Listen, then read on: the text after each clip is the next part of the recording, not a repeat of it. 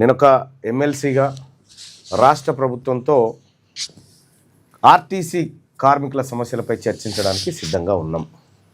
RTC కార్మికుల సమస్యలు ఈ సమ్మె నివారణకు మా వైపు నుంచి వేయడానికి సిద్ధంగా ఉన్నాం. రాష్ట్ర ప్రభుత్వం అటువైపు నుంచి అడుగేయడానికి సిద్ధంగా ఉండాలని అనుకుంటున్నాం, ఉంటుందని అనుకుంటున్నాం. 22 తారీఖు నుంచి సమ్మె చేయాలనేటువంటి మాట. మా అభిప్రాయం ఈ సంస్థను కాపాడాలి. మా అభిప్రాయం ఈ ఆర్టీసీ చల్లగా ఉండాలి. ఆర్టీసీని నమ్ముకొని ఉన్నటువంటి కుటుంబాలు కానీ ప్రజలు కానీ అందరూ కూడా మంచిగా ఉండాలనేది కార్మికులందరి అభిప్రాయం.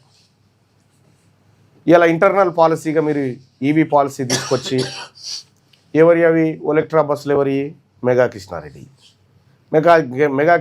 కంపెనీ, ఒలెక్ట్రా కంపెనీ చైనా వాళ్ళ దగ్గర నుంచి తీసుకొని ఆ రోజు నేను దాదాపు ఈ కాంగ్రెస్ పార్టీని గెలిపించడం కోసం ఎన్నికల ప్రచారం చేస్తున్న సందర్భంగా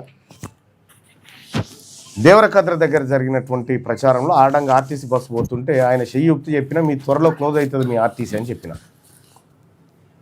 కేసీఆర్ గెలిస్తే దీన్ని క్లోజ్ చేస్తాడని చెప్పిన, కానీ వీళ్ళు క్లోజ్ చేస్తున్నారనే సంగతి ఇగో ఇప్పుడు పసిగట్టిన నేను.